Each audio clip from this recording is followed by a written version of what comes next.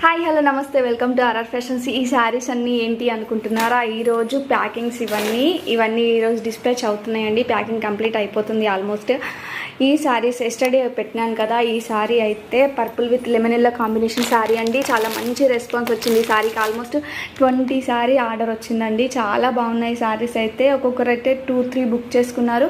And కొన్ని packing అయిపోయాయి, ఇంకా కొన్ని చేయాల్సినవి ఉన్నాయి, అసలు టైం లేదు.